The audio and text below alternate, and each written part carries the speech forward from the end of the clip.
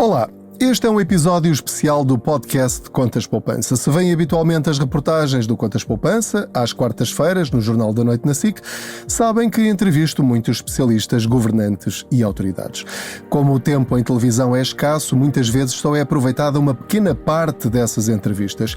Há muitas informações importantes que acabam por não ser partilhadas ou detalhes que não são tão aprofundados como poderiam ser por falta de tempo.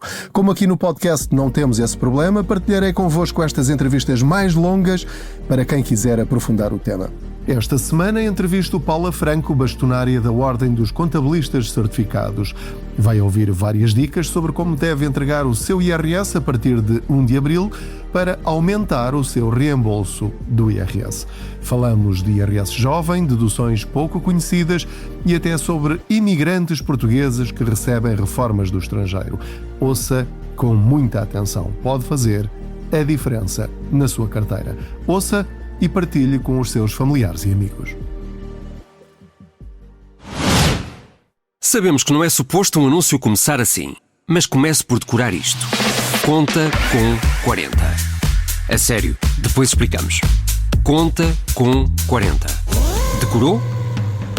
Então fica a saber que se for dos primeiros 150 novos clientes a abrir conta digital no Ativo Bank com este promo code, recebe 40 euros. E já agora, abrir conta é simples, digital e não tem comissões de manutenção.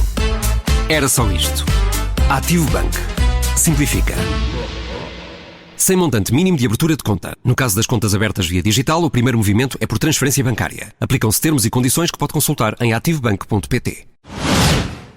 Em relação a novidades de 2026, relativo a 2025, há sobretudo uma preocupação com o IRS jovem. Portanto, que dicas é que quer dar a cidadãos, contribuintes, até aos 35 anos? O que é que muda este ano? O que é que têm de fazer para receber de reembolso o máximo possível ou pagar o menos possível? O IRS jovem mudou significativamente em relação ao 2025 e, portanto, esta é a primeira declaração que se vai enviar com esta grande alteração.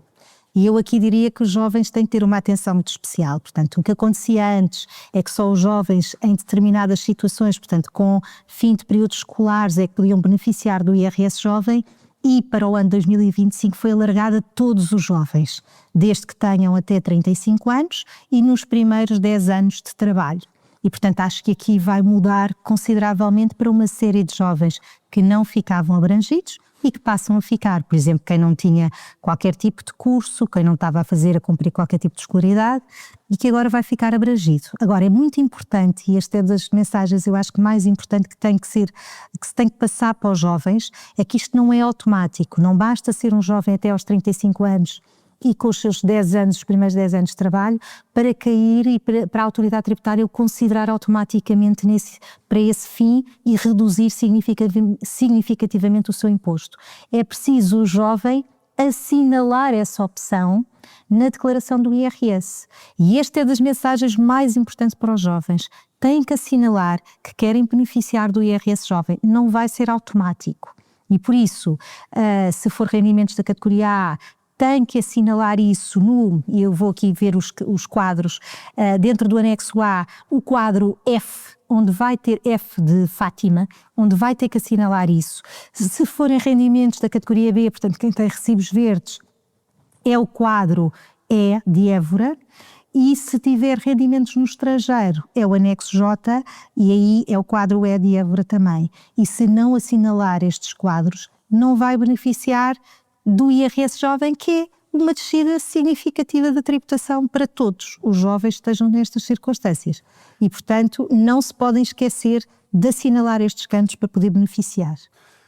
Só se aplica essa vantagem a quem recebe mais do que o salário mínimo nacional, porque será um desconto no IRS a pagar. Se não paga IRS, não tem nenhuma vantagem.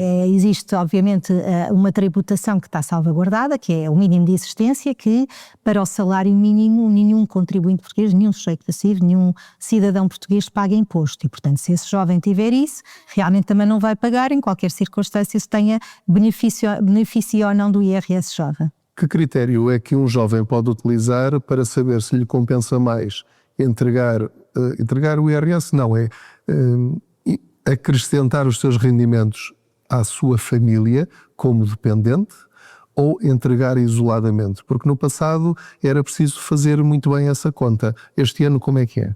Também só beneficia aqui do IRS jovem quem entregar a sua declaração individualmente e não em termos familiares. Portanto, tem que fazer outra vez a simulação para ver o que é que lhe é mais vantajoso. Depende muito do ano em causa em que se está e depende dos rendimentos associados. Enquanto aqueles jovens estiver no agregado familiar dos pais, não conta efetivamente para poder beneficiar aqui do IRS jovem. Podemos dar esta dica que é, se ganha menos do que o salário mínimo nacional, compensa não entregar o IRS jovem para depois aproveitar os tais 10 anos lá mais para a frente? Ou não funciona assim?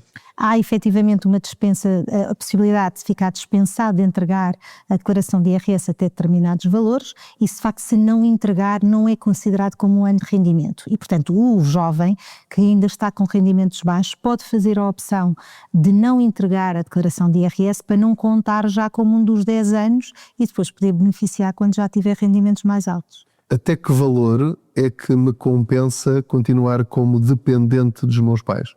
Ou dito por outra forma, até quando é que eu estou dispensado, não é, de entregar a minha declaração e de poder não entregar IRS? Está previsto no artigo 58 do Código do IRS até um valor até 8.500 euros, em que quem tem rendimentos até este valor e que, do trabalho, claro, fica dispensado de entregar a declaração de IRS. E, portanto, será essa que lhe permite ficar dispensado de entregar, mesmo tendo rendimentos. Isto é independente da declaração dos pais. A declaração dos pais é quem também ainda se pode fazer parte do agregado familiar até aos 26 anos e desde que tenha rendimentos abaixo do salário mínimo nacional anual. Portanto, até esses valores podem ainda estar incluídos na declaração dos pais. Portanto, serão as situações que podem compensar, fazer parte do agregado familiar ou não entregar a declaração para não contar como um ano de declaração. Porque não são anos seguidos de IRS jovem, ou seja, são 10 anos de rendimento, mesmo que tenha pausas. Mesmo que tenha pausas. Imagina um jovem que aos 18 anos trabalhou 2 anos, entretanto voltou a estudar e agora é que retoma voltar a trabalhar. Esses 2 anos contaram, porque ele já declarou, mas os anos em que teve sem declarar, que não entrega a declaração, não contam. Outras dicas, portanto, em relação a outras coisas não haverá grandes novidades, à exceção do IRS jovem, mas há dicas que se mantêm, ou seja, todos os anos continua a ser útil fazer a simulação em conjunto e separado para ver qual é a melhor opção. Não é pelo facto de estarem casados ou viverem juntos que são obrigados a entregar em conjunto. Não, já há alguns anos que esse já foi assim, mas agora já não é assim e qualquer casal seja casado ou viva em comum, como é que se chama? Em união de facto. União de facto. Ao que vive em união de facto, pode efetivamente optar sempre por declarar separado, mesmo casados, que era uma das situações que não era permitida no passado. E o que é que tem que fazer? Tem que fazer a simulação. Em regra, compensa quase sempre declarar em conjunto. Só situações muito particulares é que não compensa, mas aí na própria simulação que a autoridade tributária disponibiliza, por exemplo, na declaração automática, faz logo as 2 simulações para prever essa situação e se poder escolher entre a declaração conjunta ou separada. Pode ser diferente todos os anos. Pode ser diferente todos os anos, aliás, as particularidades em termos de imposto e em termos daquilo que pode ter sido gerado em termos de rendimento é que podem fazer variar esta opção, por isso todos os anos deve fazer essa avaliação feita com a simulação que a própria autoridade tributária disponibiliza. Outra situação, há cada vez mais pessoas, infelizmente, com atestado de incapacidade multiuso igual ou superior a 60%. Ainda haverá muitas pessoas que não colocam essa informação no IRS, sendo que têm muitas vantagens, pagam muito menos impostos se declararem essa incapacidade? Ainda pode existir. Uma das questões é que normalmente são alertados pelas próprias juntas onde vão e onde é declarado, onde lhe é gerada essa declaração, e o que é importante é saber que essa declaração tem que ser entregue nos serviços da autoridade tributária, tem que estar depositada lá e, portanto, é um dos elementos que, consultando a situação daquela pessoa, daquele contribuinte, está lá identificada para depois poder beneficiar em termos de IRS. Há alguma novidade em relação ao englobamento de rendimentos? Ou seja, para rendimentos mais baixos, cada vez mais pessoas sabem que, por exemplo, os juros dos depósitos a prazo ou dos certificados de aforro, se os englobarem, podem ver devolvido esse imposto que pagaram. O englobamento aplica-se a outras situações que podem beneficiar os cidadãos? Há várias situações de englobamento. Por exemplo, os senhorios que têm rendas podem optar pelo englobamento ou pela taxa especial dos 25%. Em regra, não compensa o englobamento, a não ser que a taxa, basta a final, seja inferior aos 25%, caso em que pode compensar. Portanto, deve sempre simular. O próprio site da Autoridade Tributária disponibiliza essa simulação. Aquilo que referiu, e é muito importante, os juros, por exemplo, e dividendos de ações, quem faz investimentos, pode ter muitas vantagens em fazer a opção do englobamento e declarar, porque ele engloba 50% do rendimento e considera a retenção na fonte em 50%. E, portanto, declarar pode ser algo que é importante para recuperar parte da retenção na fonte que fez. É preciso sempre fazer as contas, porque, por exemplo, isto é muito aplicado aos jovens que hoje fazem muitos investimentos, aliás, que o Pedro ajuda muito nesse investimento e tem muitos programas a ajudar nesse investimento e é muito bom. Mas tem que se perceber que depois a acumulação destes rendimentos também tem que se simular e tem que se gerir muito bem. E declarar esses juros? E declarar, porque... Juros ou mais-valias, não é? E mais-valias está sempre obrigado a declarar e, por exemplo, os dividendos não está obrigado a declarar nem os juros. É uma opção que faz, porque como elas estão sujeitas a uma taxa liberatória, pode não o fazer. Mas declarar pode ser vantajoso, porque tem uma retenção na fonte e pode ir recuperar uma parte dessa retenção na fonte. Mas também é importante explicar que existiram regras que mudaram para quem já tem rendimentos mais altos e atinge o último escalão, por exemplo, em que se efetivamente teve rendimentos de ações que podem aumentar este rendimento e podem fazê-lo chegar ao último escalão, aí estas mais-valias que têm, em vez de serem sujeitas a uma taxa liberatória, passam a estar sujeitos à taxa normal. Não há como fugir a isso. Não há como fugir a isso. E, por exemplo, a opção de declarar ou não declarar juros, ou declarar ou não declarar dividendos, pode fazer com que chegue ao último escalão ou não. E pode ter aí que equilibrar e, portanto, tem que fazer muito bem estas contas, principalmente quando tem rendimentos mais altos. Nestes últimos anos tem havido um aumento do número de venda de casas, o que gera mais-valias, mas também reinvestimentos.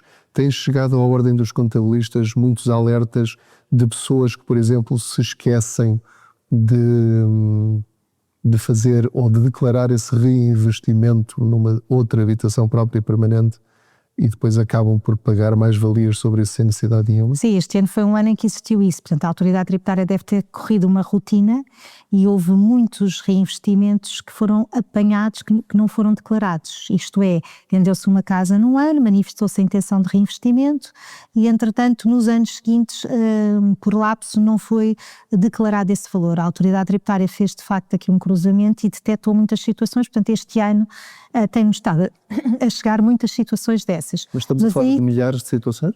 Sim, eu diria centenas de situações. Agora, eu diria, em relação às mais-valias, eu acho que é muito importante também falar sobre este assunto.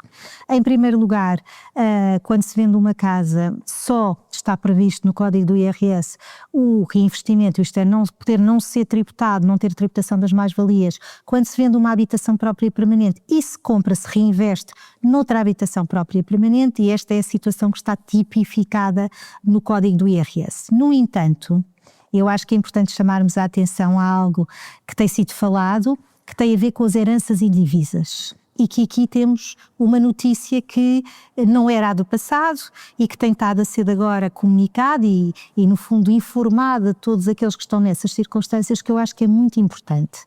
E que tem a ver com as heranças e, por exemplo, ter imóveis em heranças indivisas em que de repente se resolve vender e isto dava uma tributação muito elevada. Porque quando nós estamos a falar de imóveis que vêm de heranças, em regra, o valor que é atribuído como compra é o valor patrimonial tributário à altura da herança. E, portanto, são valores muito baixos face àquilo que tem acontecido em Portugal, que os valores das casas têm aumentado desmesuradamente, não é?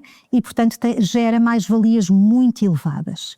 E uma das coisas que aconteceu durante o ano de 2025 foi haver aqui um acordo uniformizador do Tribunal Administrativo que refere que a transmissão de um imóvel que faz parte de uma herança indivisa não é a transmissão de um direito real, que é aquilo que em termos de IRS está tipificado para a tributação das mais-valias.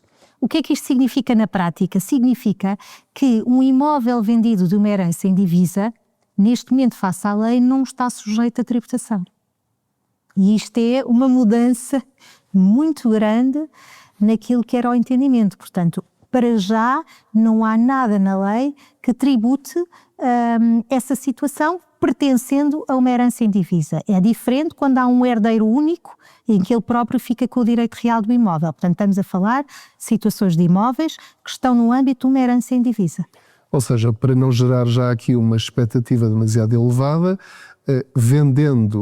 se eu vender a casa, eu vou ter de pagar mais-valias.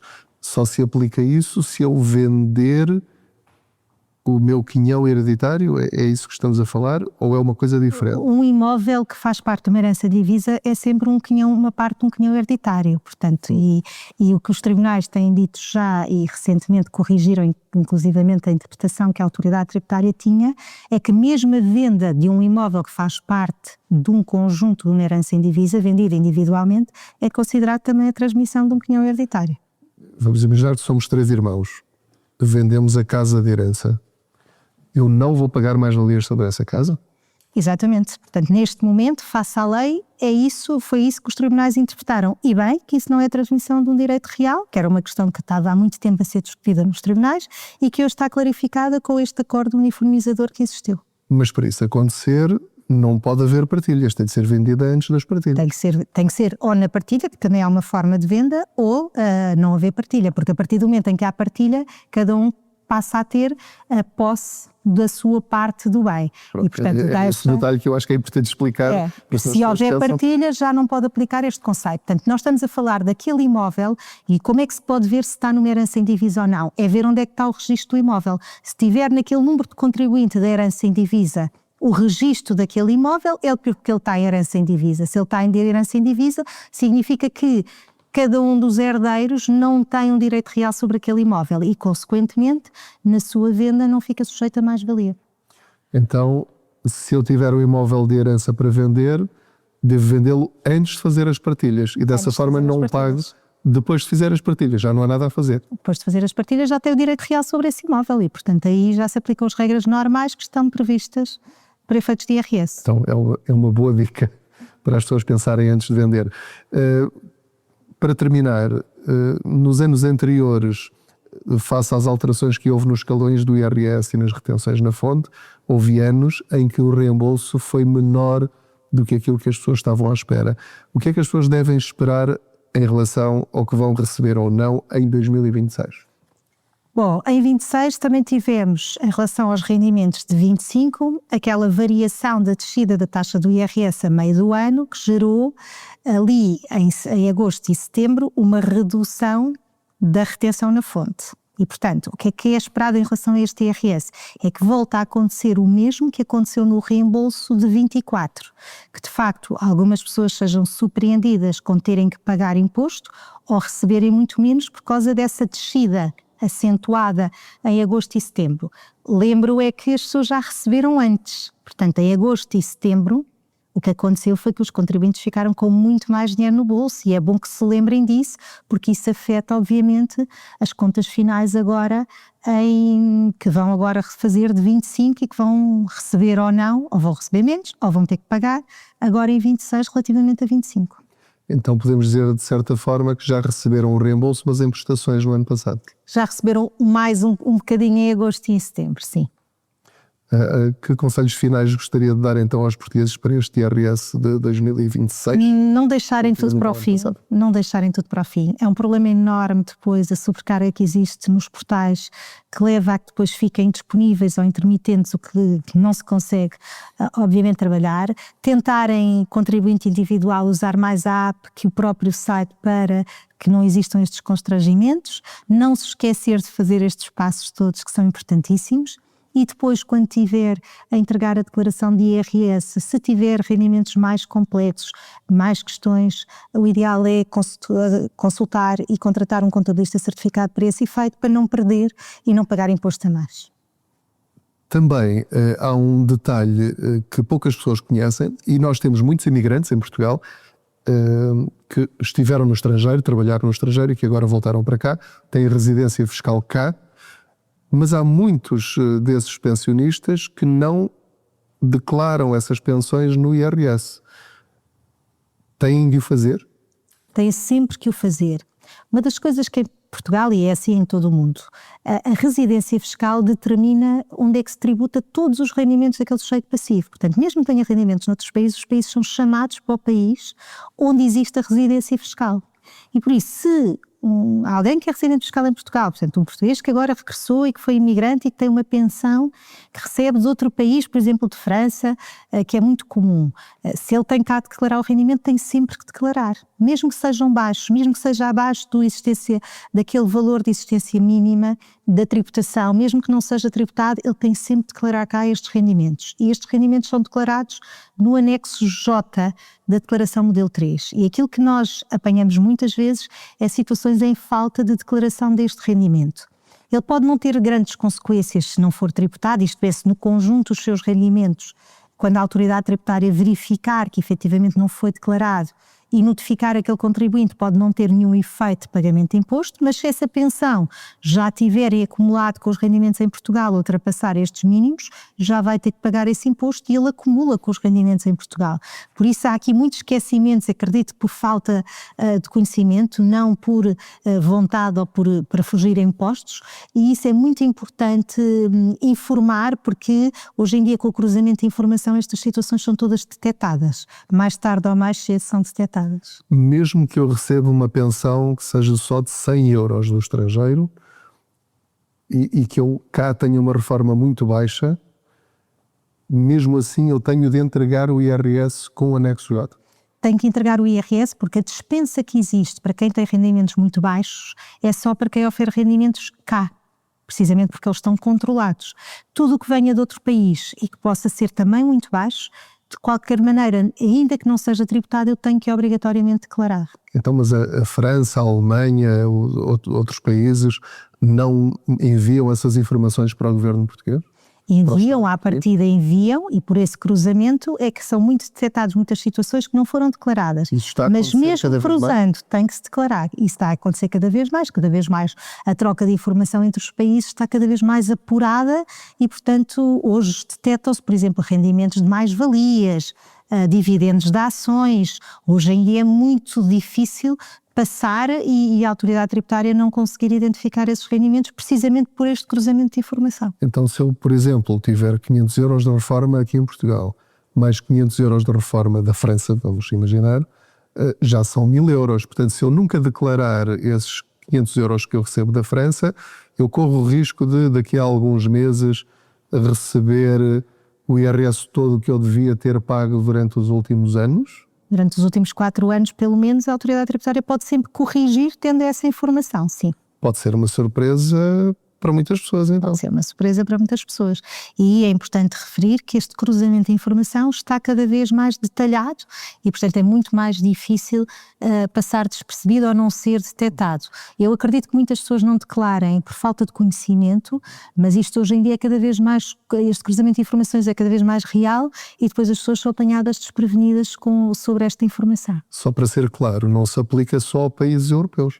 Não, é o mundo inteiro. Portanto, todos os rendimentos obtidos no mundo inteiro são chamados para o local da residência desse contribuinte. Então, ou eu faço isso, ou não declaro residência fiscal em Portugal, embora more cá. Ou seja, passo a ser como estrangeiro cá ou não? É assim, se for correto, não é? A definição da residência fiscal depois tem várias situações, nomeadamente onde é que eu resido, onde é que eu estou. É verdade que hoje, se calhar, é mais fácil eu ter uma residência noutro país e até estar cá mais de 183 dias. Sim. Portanto, tem que se avaliar isso. Então, agora, se morar cá, sou um residente fiscal cá. Exato. O que acontece muitas vezes é que eu sou residente fiscal, eu declaro o rendimento que tenho cá, não declaro os que obtenho no estrangeiro, porque são coisas distintas. Eu posso simular ou forçar a não ter residência fiscal cá, mas aí eu tenho que declarar noutro país e não declaro cá, e os rendimentos que eu obtenho cá declaro como não residente. Isso eu já pago os impostos lá, em princípio. Mas há uma acumulação que depois há regras para eliminar a dupla tributação, precisamente por isto. Isto é assim em todo o mundo e onde existem as convenções com Portugal. Se eu não tiver nenhuma reforma cá e só receber a do estrangeiro, muda alguma coisa? Também tenho que declarar cá, se eu tiver a minha residência cá, tenho que declarar cá. Por exemplo, se há uma retenção na fonte feita no estrangeiro, também na declaração, no anexo J neste caso, está prevista a possibilidade de eu ter essa retenção que foi feita no estrangeiro e deduzi-la cá em termos de impostos. Portanto, há esta eliminação, mas tenho que a declarar obrigatoriamente. Isso vai dar trabalho a muitos reformados em Portugal cá? Certamente sim, é uma obrigação declarativa que aqui quem reside em Portugal tem sempre que ter isso em conta. Ok. Por exemplo, também, já agora uma chamada de atenção, que também temos detectado muitas situações destas.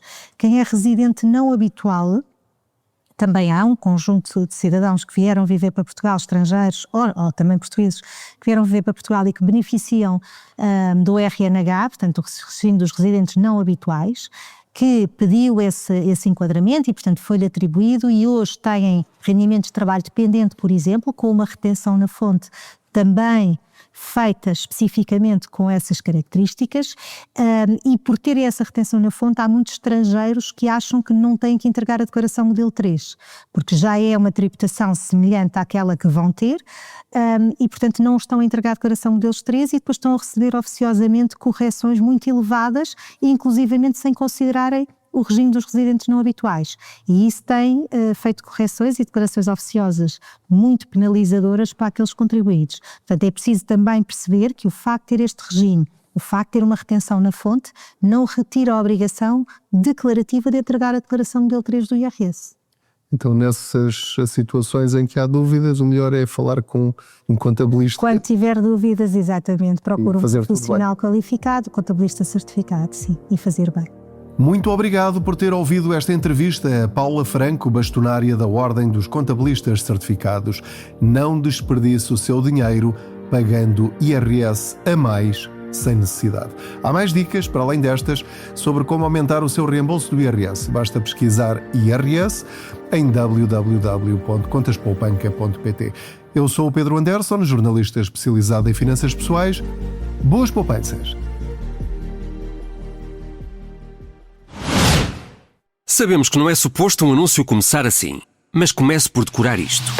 Conta com 40. A sério, depois explicamos. Conta com 40.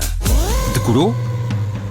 Então fica a saber que se for dos primeiros 150 novos clientes a abrir conta digital no Ativo Bank com este promo code, recebe 40 €. E já agora, abrir conta é simples, digital e não tem comissões de manutenção. Era só isto. Ativo Bank. Simplifica.